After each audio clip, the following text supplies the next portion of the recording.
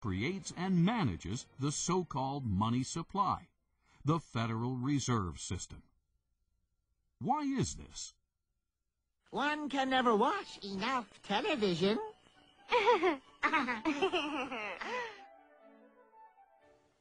There has been a tremendous concentration of the mass media over the last 50 years, from over 100 companies to 6 companies. Back in the 1934 Communications Act, each media company was only allowed to own a handful of stations, and they weren't allowed to have cross-ownership. They couldn't own all the media in your town. Now they can own more and more because congressmen who've gotten elected as a result of the mass media have given them more and more. That means very few people have the right to speak to us over television, over radio, through the New York Times, the LA Times, the different news media. The whole purpose of the First Amendment is to guarantee that we have more, not less speech. However, when you start to get down and say only a few people can put up their soapbox, only a few people can address the audience, suddenly you've limited the amount of speech. Now that's the government control of speech. On the other hand, when those few people recognize that the government is the one that's licensed them to speak, they start to act in a way that's not going to jeopardize that relationship. Could this be one of the reasons any critical reporting of universally important issues, such as the Federal Reserve, have been cut out of the public debate for so long? As Ted Turner relates in his article, My Beef with Big Media? Why would major media corporations that control the information flow to 95% of the American citizens, fail to report on the detrimental activities of the Federal Reserve System, a government-sanctioned, quasi-private banking cartel that literally controls 100% of the money flow to the same citizens, as well as the lion's share of the money flow to Congress itself? The amount of money it costs today to run for Congress or even to run for president is obscene. And most of that money goes into television commercials and spots and all of the mass media advertising that needs to be done to reach the 295 million Americans, a vast number of people. And when that person wins, if the media has supported him, naturally he wants to pay them back. He may not think of that consciously, but in appropriating licenses and expanding territories and allowing them to own more than one media outlet, that's exactly what happens. As a result, the number of media companies, as we said before, has concentrated in a few hands. And unfortunately, Congress and the media work together to present an image to the American people that does not always include every aspect of the truth. This reciprocity, this in cahoots process, has obscured many of the more important issues to the American people. And there's no more important issue than the issue of fiat money. When you give men the power to create money out of nothing, you shouldn't be surprised if they turn around and create money out of nothing, because that's what they're supposed to do. Now, the underlying philosophy is that, well, we'll be very conservative about it. We won't run rampant. We won't abuse this power, would we? So we give them blindly this power to create money out of nothing because we trust them to use this power wisely. Nowhere in history has this ever been a justified trust. Every time man has had that power, and this started back in antiquity, those with the power have abused it, and they have created more and more and more money at a rate much faster than the expansion of goods and services which are being produced by the productive side of the economy. Now, if the goods and services were growing at a rate which is exactly the same as the money supply, then the purchasing power of the monetary unit would remain constant.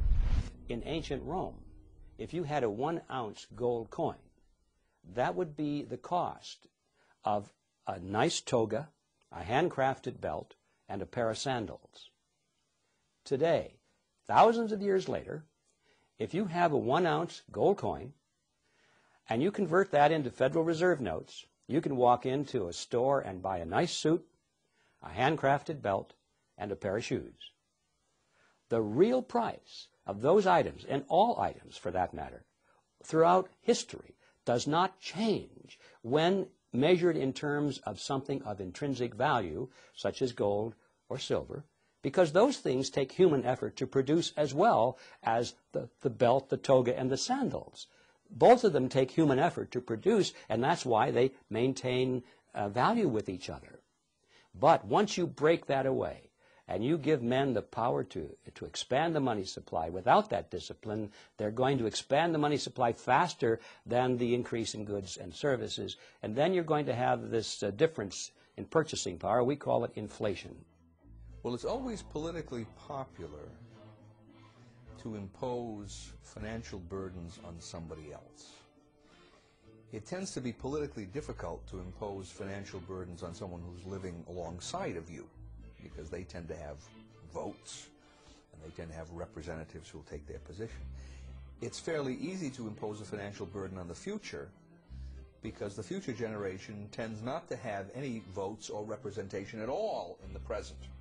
As soon as you start talking about monetization of debt, where the banks come in and now buy governmental debt with new money that the banks have created through this special privilege they have of creating money in the Federal Reserve System, the redistribution of wealth that takes place through that process, most people don't understand.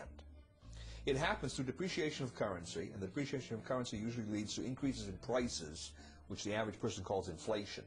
Inflation is really the increase in the money supply. The prices increase as a consequence of that.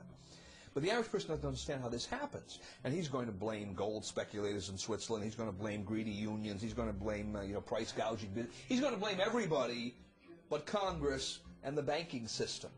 So it's easy politically, through monetization of debt, to expand borrowing beyond prudent levels.